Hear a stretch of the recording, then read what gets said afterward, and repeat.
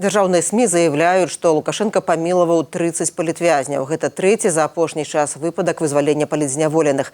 Ці можна гаварыць пра рэальнае паслабленне рэпрэсій і ад каго і ад чаго насамрэч залежыць вызваленне палітвязняў? Наша тэма дня.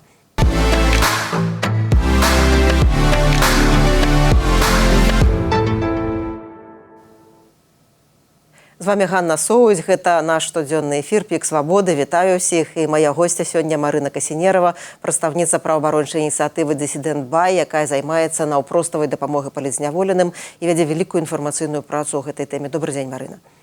Прывітанне. Ну, давайте пачнем якраз з гэтай навіны размову пра памілаванне палітзняволеных. Такім чынам гэта называюць дзяржаўныя СМІ. Прозвішчы палітвязняў на момант гэтага запісу публічна не былі названыя. Паводле прэсавай службы Лукашэнкі, сярод іх 7 жанчын і 23 мужчыны. І большасць асуджаных з'яўляюцца бацькамі непаўналетніх ці малалетніх дзяцей. Таксама паведамляецца гэта цытата, што гэтае рашэнне гуманны жэст у адносінах да гэтых людзей. Канец цытаты.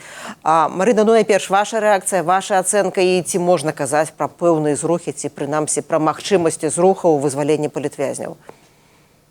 Ну, я думаю, тут варта адзначыць найперш, што ўсе выказванні Лукашенка гэта як бы хлуслівыя звычайна. Як бы ён як хлусіў беларускаму народу 30 гадоў, так і хлусіць дагэтуль.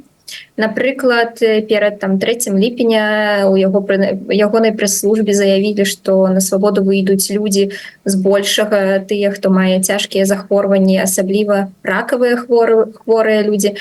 Але як бы з 18 зафіксаваных вызваленняў там са спіса такого гуманітарнага, які вядуць праваабаронцы, было толькі 3 чалавекі, які знаходзяцца ў гэтым спісе, і толькі адзін цяжка хворы, гэта быў Рыгор Кастусёў.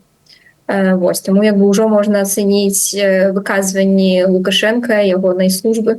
Вось, за жнівень мы зафіксавалі, як бы анансавалі, калі я не памыляюся, таксама 30 чалавек, тое, што выйдуць на волю. Мы зафіксавалі 25 чалавек, якія выйшлі. Вядома, што не ўсе прозвішчы вядомы, і там было больш тых людзей, якія маюць захворванні, сярод іх Ксенія Луцкіна, прозвішча якой вядомае публічна. Вось, таму як бы агулам за гэтае вызваленне можна сказаць, што да 10 чалавек былі вызваленыя тыя, хто шматдзетныя, маюць дзяцей, маюць захворванні сур'ёзныя. Вось, з усіх тых вызваленняў, якія нам вядомыя. Наконт сённяшняга вызвалення пакуль невядома прозвішчаў, публічна невядома прозвішча, але мы працягваем збіраць інфармацыю, таму думаю, што на працягу некалькіх дзён будзе штосьці больш дакладна вядома. Думаю, што варта адзначыць тое, што як адбываецца сам працэс звычайна памілавання ў гэтых, калі нам ўжо апавядалі былыя палітвязні, тыя, якія выходзілі па памілаванні ў тым ліку і перадавалі на волю тыя зняволеныя, якія працягваюць заставацца за кратамі.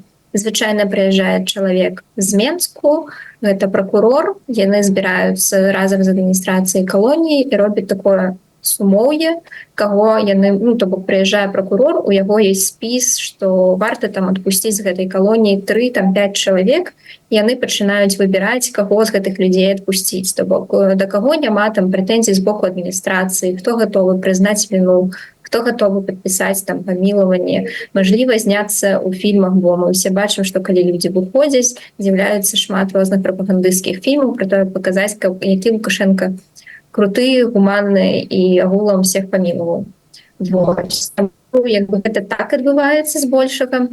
Вось. І таксама варта глядзець на тое, што за кратамі знаходзяцца людзі, якія не павінны там знаходзіцца. Яны не совершылі ніякіх правапарушэнняў, за якія варта іх адпраўляць у калоніі. Таму як бы на волю выходзяць тыя людзі, якія не павінны там знаходзіцца агулам. І там, Марына, яшчэ важная рэч, якая вот у справе памілавання, так называецца гэта працэдура уладамі, што вялікая колькасць людзей, якія пад яе падпалі, мелі ўжо там некалькі месяцаў ці паўгоду да выхаду. Это фактычна людзі, якія мусілі вельмі хутка выйсці на свабоду. Так, сапраўды, хацела таксама гэта адзначыць, што збольшага, канешне, ёсць такія людзі, як Кастусёў і Ксенія Луцкіна.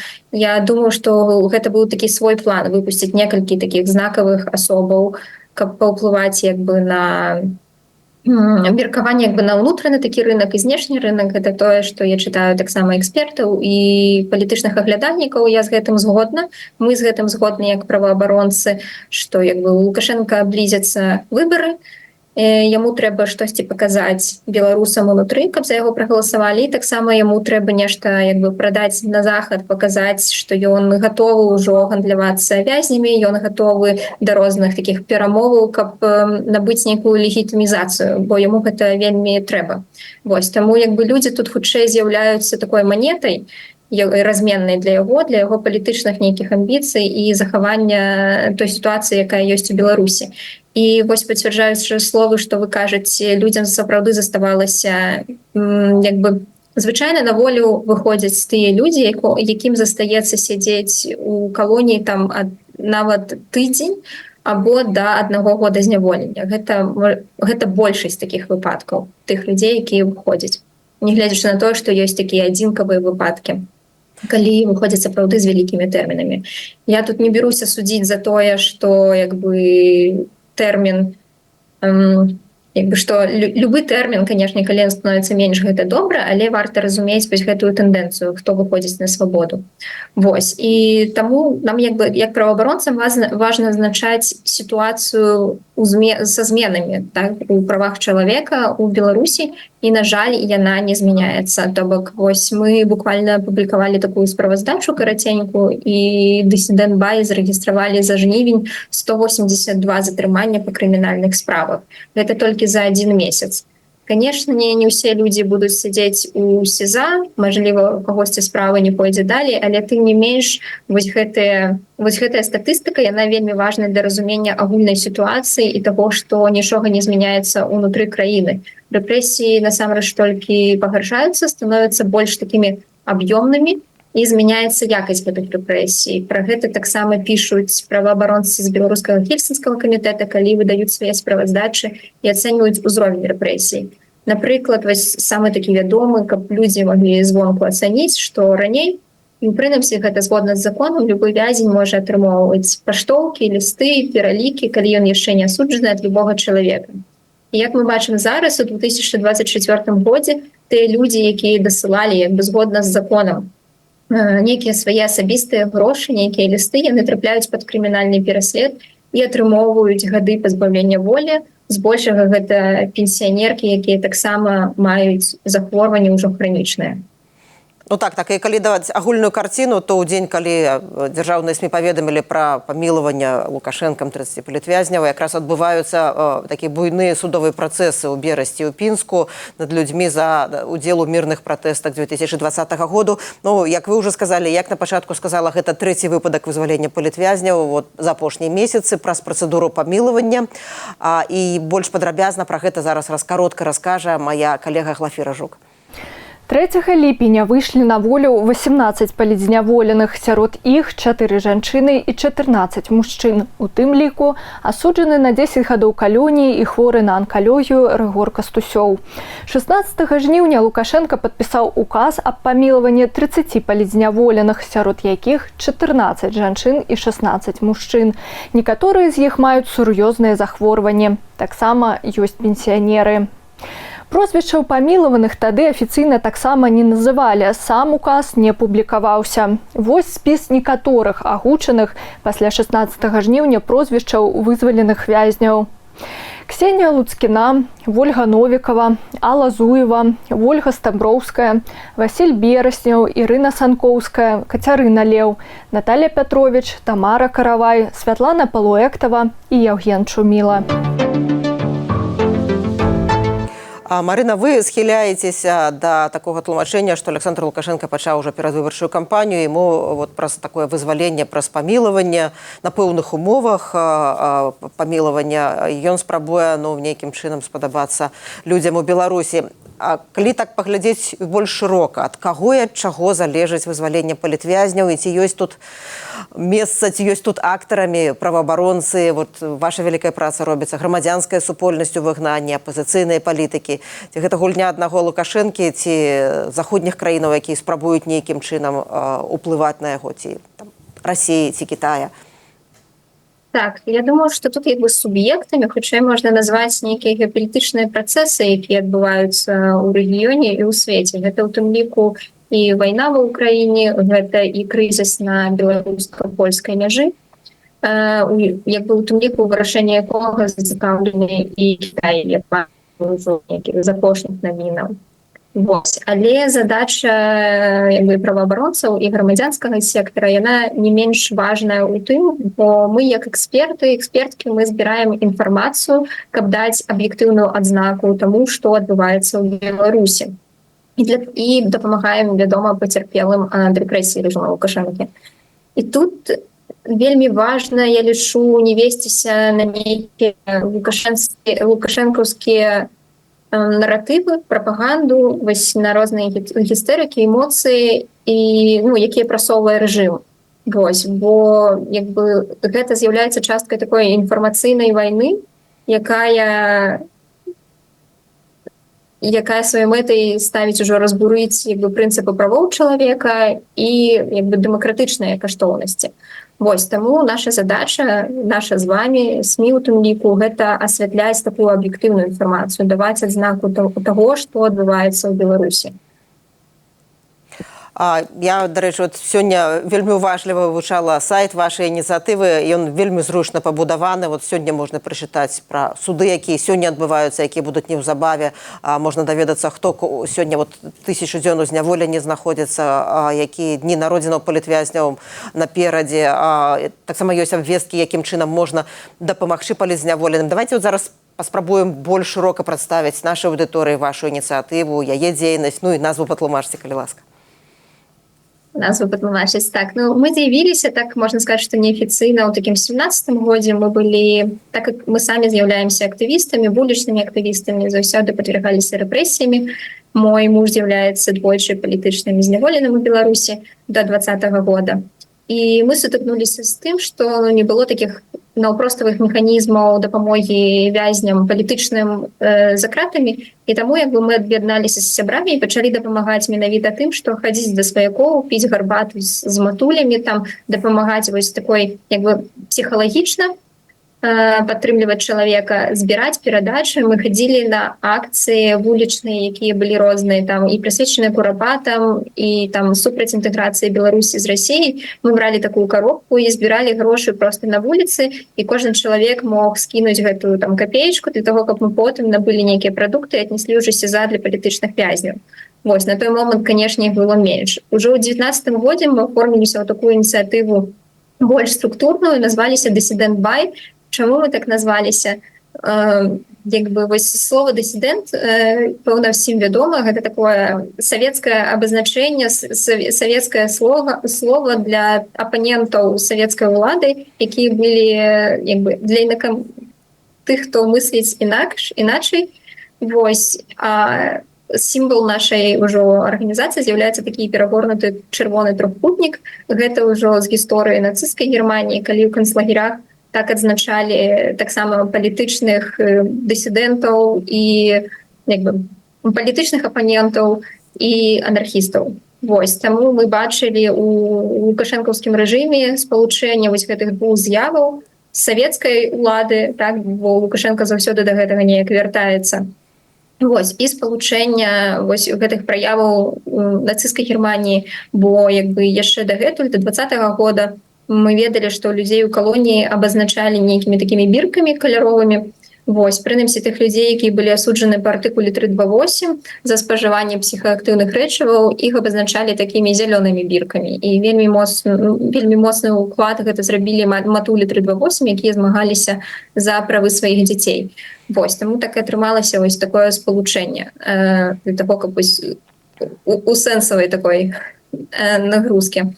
Вось, чым мы займаемся? Мы вось як пачыналі з 17-го года, так і працягнулі гэта ў 19-м, 20-м. Мы збіралі перадачы і насілі тым людзям, якія іх патрабуюць у СІЗА, у турмах, падтрымлівалі такім чынам, бо як бы нашы сябры-актывісты праходзілі праз зняволенне, мы самі былі за кратамі і разумеем, як гэта важна, калі цябе падтрымліваюць не толькі сваякі, і добра, калі яны ёсць, бо не заўсёды людзі маюць тых людзей, тых блізкіх, якія будуць аказваць падтрымку.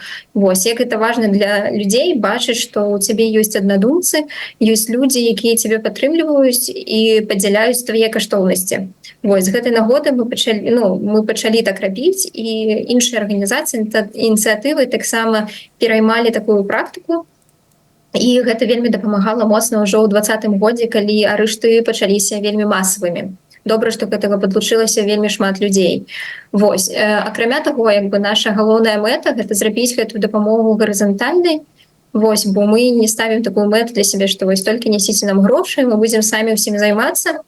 Наша мэта это падлучыць як мага больш людзей да такой сеткі салідарнасці, і каб яны маглі самі рэалізаваць гэтую дапамогу, аб'ядноўвацца ў нейкія суполкі падтрымкі, рабіць усё дэцэнтралізавана. Гэта такі у тым ліку анархічны прынцып, і гэта менавіта тое, што дапамагае ў дыктатуры, у такім аўтарытарным рэжыме выжываць вось гэтым ініцыятывам. Бо калі нават нешта зламаецца дзесьці ў якімсьці месцы, гэта не значыць, што зламаецца ўся гэтая сістэма, яна будзе працягваць існаваць. Акрамя таго, вельмі складана выявіць так удзельнікаў. Чым менш твая група, тым больш вы адзін аднаму давяраеце, тым менш шансаў, што да вас хтосьці там прыйдзе з КДБ, з Губазіку і гэтак далей. Гэта значыць, што вы больш бяспечныя ў сваёй дапамозе. І сапраўды гэта менавіта тое, што трэба зараз у тых умовах, якіх мы знаходзімся, каб людзі маглі гэта рабіць самастойна, аўтаномна і бяспечна для іх. Я так разумею, што не всю інфармацыю вы можете апублічваць, але зараз это салідарнасць партызанскім чынам адбываецца фактычна, таму што ўлады робяць все, каб зрабіць яе немагчымай. Лісты не даходзяць, за дапамогу палітвязням садзяць. Раскажыце, якім чынам гэта у вас адбываецца? Я шмат абвестак даволі цікавых бачыла практычнага зместу на вашым сайце. Кшталту сям'і палізнявольнага патрэбны дровы, там ці сыну палітвязня патрэбны рэпетытар, ёсць адзенне пэўнага памеру. Раскажыце, што можаце. Так, што магу, бо партызанская, ёсць партызанская, каб гэта не распавядаць публічна, бо ёсць розныя механізмы. Як я ўжо казала раней, што ідэя ў тым, каб наўпрост злучаць гэтых людзей, якія жадаюць дапамагчы з тымі, каму гэтая дапамога патрэбна. Гэта, па-першае, як я казала, вельмі бяспечна для людзей, бо чым менш вось гэтых іншых людзей, якія стаяць паміж гэтай сувяззю атрымальніка і давальніка, то тым лепей для вось гэтай дапамогі. Яна будзе хутчэй, яна будзе бяспечнай.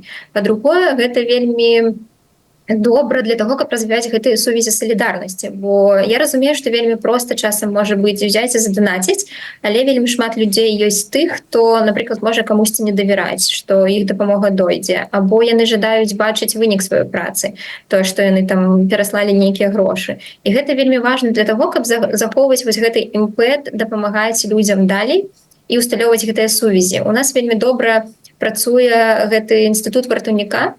Таксама можна стаць вартаўніком на сайце для якога-небудзь канкрэтнага палітвязня. І вось у нас вельмі добра, магу прывесці прыклад, працуе з дыяспорай ЗША, напрыклад, з Сан-Францыска. Яны ўзялі пад апеку некаторыя сем'і і дапамагаюць ім збіраць перадачы, дапамагаюць ім асобна там з дзецьмі, напрыклад, могуць нешта дадаткова сабраць, аплаціць. І яны гэта робяць наўпрост. Мы можам толькі падлучыцца для того, каб там дапамагчы нешта перадаць або праверыць кантакты, канешне, каб гэтая связь усталяваная была бяспечнай. Вось. І людзі ўжо адчуваюць тое, што яны становяцца сябрамі. І да мяне неяк я была ў Польшчы на мове на нове, і да мяне падышла сваячка палітычнага вязня, які ўжо адбыў свой тэрмін, і яны былі вымушаны з'ехаць, таму што рэжым робіць усё магчымае, каб чалавек не заставаўся ў краіне. І яна вельмі падзякавала за тое, што ў іх былі такія вартаўнікі, і што яны дагэтуль захоўваюць сувязь і з'яўляюцца ўжо сябрамі. Таму вось спалучэнне вось такой і фінансавай і псіхалагічнай падтрымкай з розных куткоў свету, яна вельмі важна для тых людзей, якія знаходзяцца ў Беларусі пад прэсінгам. Бо сама турма, пераслед — гэта вельмі вялікае выпрабаванне для чалавека самого і для ягонай сям'і. Шмат там сяброў, сваякоў могуць адвярнуцца. І таму вось тут важна, як мы кажам, пісаць лісты, падтрымліваць і рабіць што-небудзь, што пакажа, што гэты чалавек не сам-насам. Тое, што хоча нам там паказаць лукашэнкаўская прапаганда, калі яны паказваюць у сваіх бэтэшных відэа, што вось вам насамрэч ніхто не пісаў, ніхто не падтрымліваў і вы нікому не патрэбны. І людзі сведчаць насамрэч, што яны Нягледзячы на тое, што яны кажуць там па тэлевізіі, што яны падпісваюць нейкія паперы, яны захоўваюць свае як бы каштоўнасці, яны разумеюць, яны ведаюць, што іх падтрымліваюць, проста ім не даюць гэтай магчымасці ўбачыць. І тут вельмі таксама добра працуе наш інструмент на сайце, ёсць такі банк лістоў, дзе мы спрабуем збіраць тыя лісты, якія людзі напісалі, напрыклад, каб пазбегнуць той сітуацыі, калі да чалавека не дайшоў гэты ліст у той момант, калі я знаходзіўся ў зняволенні, мы іх захоўваем, і калі чалавек выходзіць, ён звяртаецца да нас, і мы яму перадаем усе гэтыя лісты, якія былі захаваны ў нас. І гэта з'яўляецца такой тэрапеўтычнай нават рэччу, таму што людзям вельмі прыемна. Мы ўжо, напэўна, больш каля 100 чалавекам мы аддалі такія лісты, і ўсе як бы мы атрымоўваем 100% пазітыўныя водгукі ад саміх былых палітзняволеных. Шматлікіх гэта кранае нават да слёз, бо ім вельмі прыемна. Яны думалі, што вось я проста чалавек, там 1 з 1000 на вашым сайце, і я не ведаў, што мяне кагосьці, кроме там маёй маці, мой лёс кагосьці цікавіць. І хтосьці мне напісаў нават там одну паштоўку падпісаў. Таму для людзей гэта суперважна адчуваць сябе не адзінокімі у той сітуацыі, у якой яны знаходзяцца. Вельмі складана ацаніць, колькі насамрэч палітвязняў Беларусі было ёсць, і тут розныя прычыны ёсць, розныя крытэрыі праваабаронцаў вызначэння палітзняволеных, і больш вялікая праблема сем'і людзей, якія паводле палітычных матываў цяпер за кратамі адмаўляюцца апублічваць гэтыя выпадкі, бо яны думаюць, што такім чынам за кратамі ім будзе яшчэ горш. Тым не менш, у вас ёсць экспертыза, у вас ёсць досвед працы з палітзняволенымі. Паводле ацэнак вашай ініцыятывы, якой можа быць рэальная колькасць палітзняволеных у Беларусі з 2020 году. Я маю на ўвазе і тых, што прайшлі праз турмы, і тых, што працягваюць там знаходзяцца, прызнаныя і непрызнаныя палітзняволеныя. Я б тут, канешне, пазбягала вось прызнаныя і непрызнаныя, бо сапраўды праваабарончая супольнасць стала значна шырэйшая з таго моманту, як яна была. З'явілася шмат ініцыятываў, шмат арганізацый, розных падыходаў да той сітуацыі, да калапсу гэтага правоў чалавека, якое адбылося. Таму тут няма пытання, што людзі прызнаныя або непрызнаныя. Ёсць проста пытанне недахопу інфармацыі, пра які вы таксама кажаце, што мы проста можам банальна не ведаць таго, што чалавек сядзіць. Але як толькі мы гэта даведаемся там у моманце альбо постфактум, вядома, мы дадаем гэту інфармацыю, і чалавек можа разлічваць на тую самую дапамогу, што любы іншы палітычны вязень пасля вызвалення, напрыклад, у межах там рэабілітацыі, фінансавай дапамогі і гэтак далей. Па ацэнках нашай ініцыятывы, напрыклад, мы фіксуем палітычны крымінальны пераслед, які мы бачым, мы збіраем з розных крыніцаў. Вось. Мне складана таму апераваць такімі лічбамі, як там дзесяткі тысячаў, але пра што я магу сказаць дакладна, што як мінімум 6700 чалавек гэта тыя людзі, у дачыненні да якіх ўжо адбыліся паседжанні па крымінальных справах. То бок гэта тыя людзі, у дачыненні да якіх дакладна была ўзбуджана справа. Вось. І, канешне, у гэты лік входзяць і улічваюцца тыя людзі, якія ўжо з'ехалі, якія паспелі з'ехаць, якія там, напрыклад, з'ехалі пасля таго, як ім далі такую хатнюю хімію. Вось. Таму гэта такая агульная адзнака. Адміністрацыйны пераслед мы таксама пачалі фіксаваць, і мы назбіралі таксама больш за 37 000 выпадкаў. Гэта не пра асобу, а пра кейсаў. Гаворка ідзе пра кейсы. Вось, таму гэта, канешне, тысячы і дзесяткі тысячаў людзей, якія падвяргаюцца пераследу. Вось. Марына, які ваш прагноз? Тут гаворыцца пра тое, што у верасні могуць вызваліць нават не дзесяткі, а магчыма і сотні палітзняволеных. Ці ўсё ж гэты працэс нейкім чынам пачаўся?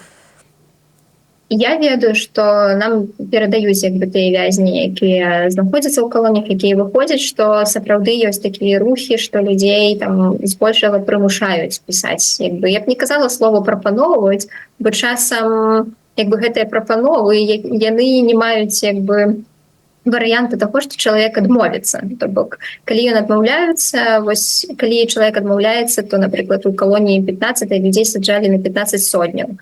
Ім пагражаюць там узбуджэннем крымінальнага артыкула па 411. Вось. Таму, хутчэй, гэта такі выбар без выбару.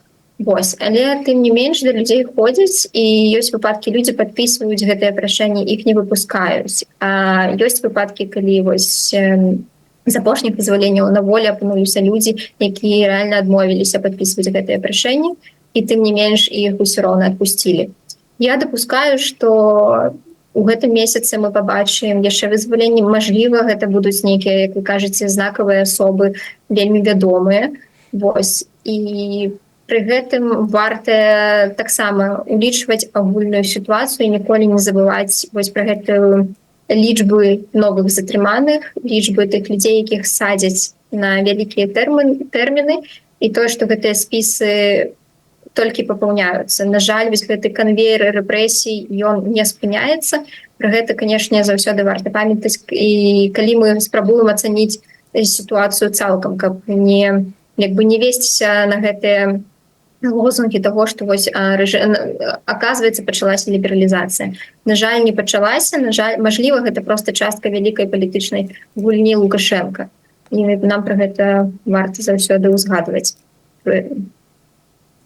Дзякуй вялікія. Гэта была Марына Касінерава, прадстаўніца праваабарончай ініцыятывы «Дисsident Бай», якая займаецца падтрымкай палітзняволеных.